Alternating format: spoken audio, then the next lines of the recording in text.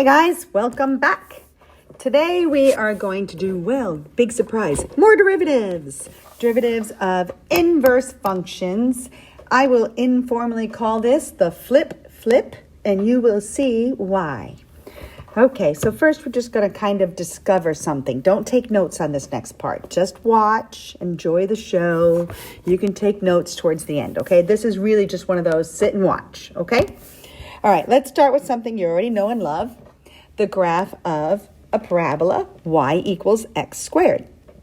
But I only want to keep the right side of it because we're dealing with inverses today. So I'm going to be also dealing with the inverse, and I want it to remain a function. All right, so we have a graph we know and love, y equals x squared. A point on that graph, well, several points on that graph. We have the point 0, 0.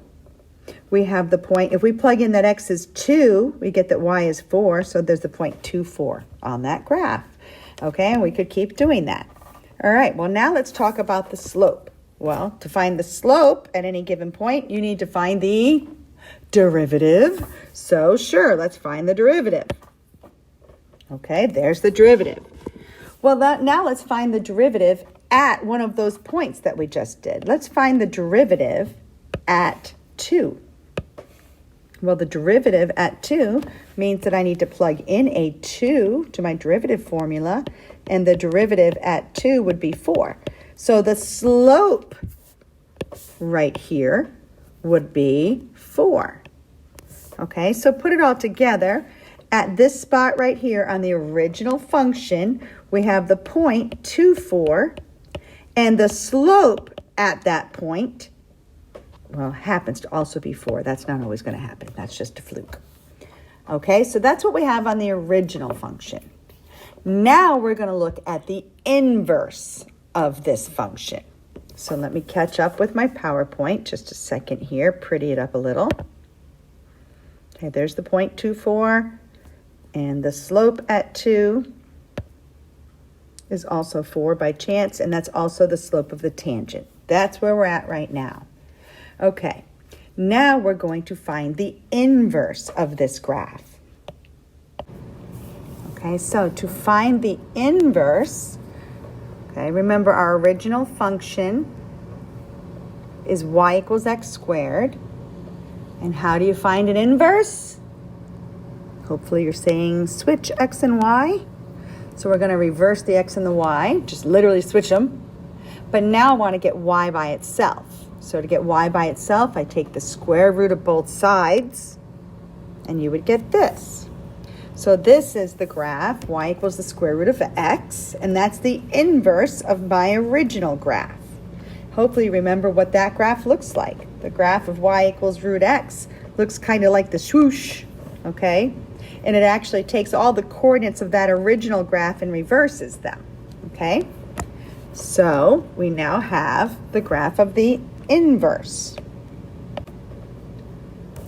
So the graph of the inverse looks like that. And I don't know if you remember, but this is how you write that this is the inverse of the original function.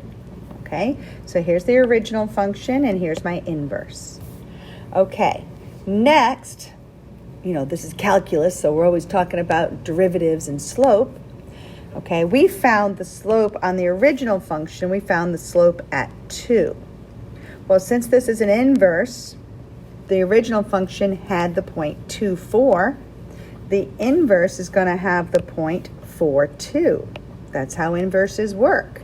So the inverse has coordinates 4, 2. So now what I want you to do is find the derivative or the slope of the inverse at 4. Okay, because we're doing everything is the reciprocal now, or everything is reversed for inverses. So now I'm going to find the derivative of my inverse at 4. Well, here's my inverse. I now want to find its derivative. Well, the derivative of the inverse would mean finding the derivative of this. So the derivative of that guy, if I rewrite it as x to the 1/2 power, I think this is a derivative you've seen many times now. The derivative of that is 1/2 x to the negative 1/2. And then I'll move the x to the negative 1/2, I'll move it to the bottom.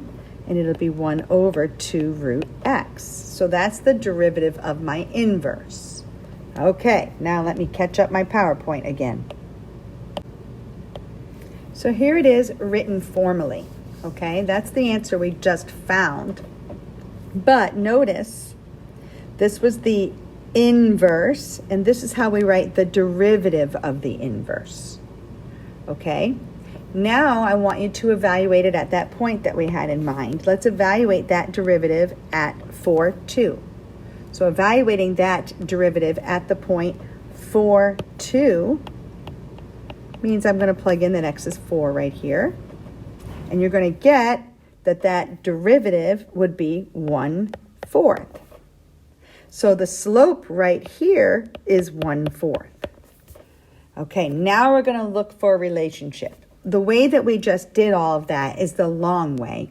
So now we're just going to look for a relationship, okay? And then we're going to study that relationship, and that's what we're going to use for the rest of our problems. So again, let me catch up my PowerPoint. Okay, so here's where we're at now. And this is the relationship I want you to see, okay?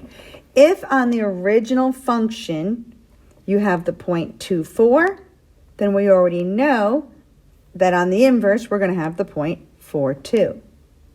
But as far as derivatives go, if the original function had a slope of 4 at 2, then the new slope on the inverse is the reciprocal, 1/4, but at 4. This is why I call it the flip-flip. Can you see that the coordinates flip and the slope or the derivatives flip? That's the main idea that I need you to see. And I think it's very, very, very visual. Okay, so you say derivatives of inverses, I say flip, flip. And that always works for me. It sticks in my head. So let me show you how this problem would actually work out. But I'm going to show you the formal formula first.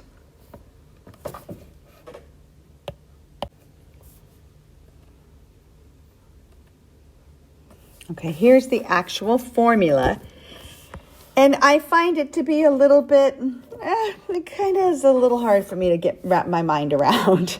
For me, I just work with flip-flip. But if you get what this formula is saying, that you're doing the reciprocal, that's why there's a 1 right there, then yes, this formula works for some people too. Of course it should, because it's the formula. Here's my way of doing it, though. Okay, let's say this would be an easy level of question. Let's say that you are given these things and you need to find the derivative of the inverse, okay?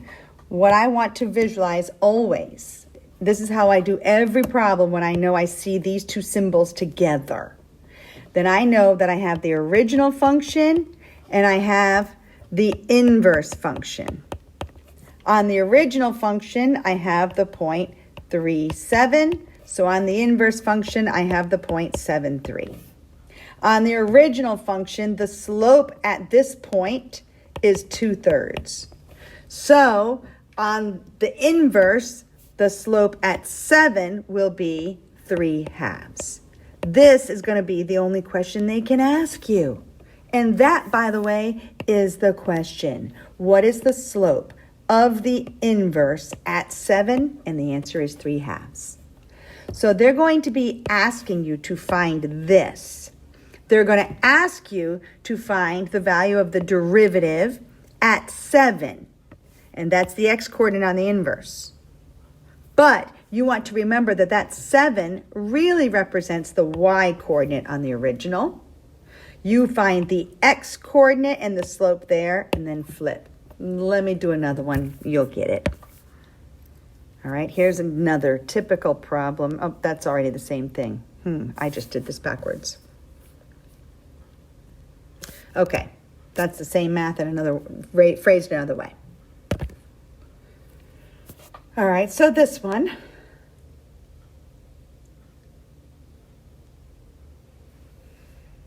Okay, if you want to hit pause and try it, it's pretty much the exact same thing.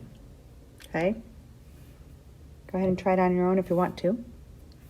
On the original, I have the point 3, 5. So on the inverse, I will have the point 5, 3.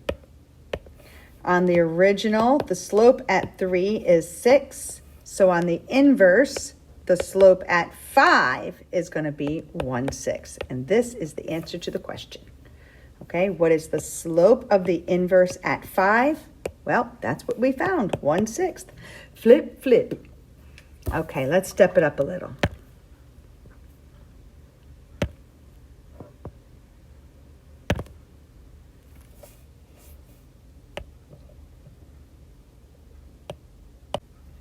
Okay, so your homework is going to be a worksheet that kind of also guides you and trains you along the way. The first 5 problems look exactly like what you just saw. What you need to know is how do you recognize this problem in the future, okay?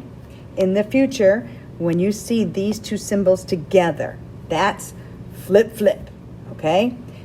I wrote these little hints up here just to train you, okay? You're going to have to know to do it on your own in the future, okay? So on the original, you have the 0.23, and the slope there is 1/4.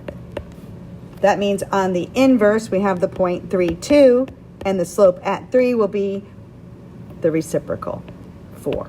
So the answer to the question is 4, and that's what you need to know, okay?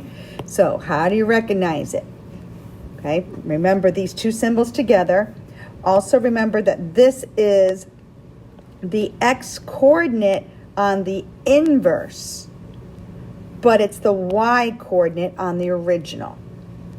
You're going to have to find the slope at the x-coordinate of the original and flip it.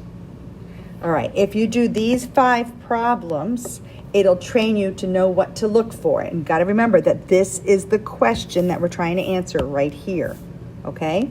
So you might want to hit pause and do those 5, and then we're going to step it up to the next type of problem. Okay, the next chunk of problems is pretty much the exact same thing, but I leave it very vague. What can you conclude about the inverse? Well, I can conclude that the inverse has coordinates 2, 1, and the slope at 2 will be 3. Okay, that's not very calculus writing. I'm just trying to informally train you. Now, a real question of actual level of difficulty really starts on number 10. So take a minute to read number 10, okay? Okay, when you get to number 10, this is a more typical type of problem, okay? So you have to ask yourself, how do I know when to do this? Again, when you see this, when you see these two symbols together, that's your clue that you're doing a flip-flip. And as soon as you see that, set up your scrap paper, whatever you're working on, if it's the exam, because this is, by the way, almost always one single multiple choice question on the AP exam. It's not a huge topic, but it does show up usually one time and always multiple choice. So as soon as I see those two symbols together, I go, I'm going to do one of these guys. Okay? I train myself to do this. Then I go, okay, they want to know the slope of the inverse at 0. Okay? I want to know the slope here. That's the answer I'm looking for. Well, that means that the y-coordinate on the original is 0. Okay, that's what I know right now. I now need to figure out what is the x-coordinate here and then find its slope there. My answer will be what I get when I flip it. Okay, so going backwards, what is the x-coordinate on the original when y is 0? Well, they gave it to me right there.